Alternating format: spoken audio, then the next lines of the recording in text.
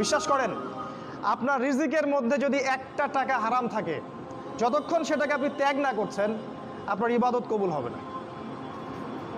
কোনো ক্ষমতা নাই এই হাদিসটাকে উল্টায় দেওয়ার। আল্লাহ পাক বলেছেন, ইন্নাল্লাহা তাইয়্যিব লা ইকবালু ইল্লা তাইয়্যিব। আল্লাহ পাক পবিত্র, তিনি পবিত্র রিজিক ছাড়া কবুল করেন না। তিনজন ব্যক্তির দোয়া কবুল হয়, নবীজি বলেছেন। দোয়া ফেরত দেয়াই হয় না, দোয়া করলেই কবুল।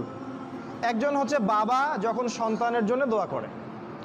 2 নাম্বার, যখন কোনো মুসাফির মানে সফর করছে যারা আল্লাহর পথে বা মুসাফির, তারা যখন আল্লাহর কাছে দোয়া করে, দোয়া কবুল হয়ে যায়।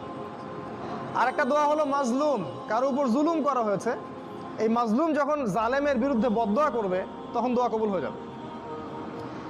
এই মুসাফিরের দোয়া কবুল হয়। একজন মুসাফির হাত তুলে আল্লাহকে বলছিল, আল্লাহ আমাকে এইটা দাও, আল্লাহ আমাকে ওইটা দাও। আর আমাদের নবীজি দেখে বললেন যে মুসাফিরের দোয়া কবুল হয়, কিন্তু এই ব্যক্তির দোয়া কেমন করে কবুল হবে যার খাবার হারাম, পানীয় হারাম, পোশাক হারাম, সবই হারাম। মানে রিজিক হালাল না হওয়া পর্যন্ত ইবাদত কবুল হবে না। তাই যাবতীয় সুদ, যাবতীয় ঘুষ, এই যে হারাম রিজিক, হারাম পণ্যের ব্যবসা, এগুলো থেকে তওবা না করা পর্যন্ত ইবাদত তো কবুল হবেই না, আপনি ইবাদতের স্বাদ পাবেন না। এই যে নামাজ পড়েন, রোজা রাখেন, অনেক কিছু করেন, হজ করেন, স্বাদ পান না, আত্মতৃপ্তি পান না। এর কারণ হারাম রিজিক। আর নবীজি বলেছেন, শেষ জামানার অন্যতম নিদর্শন হচ্ছে মানুষ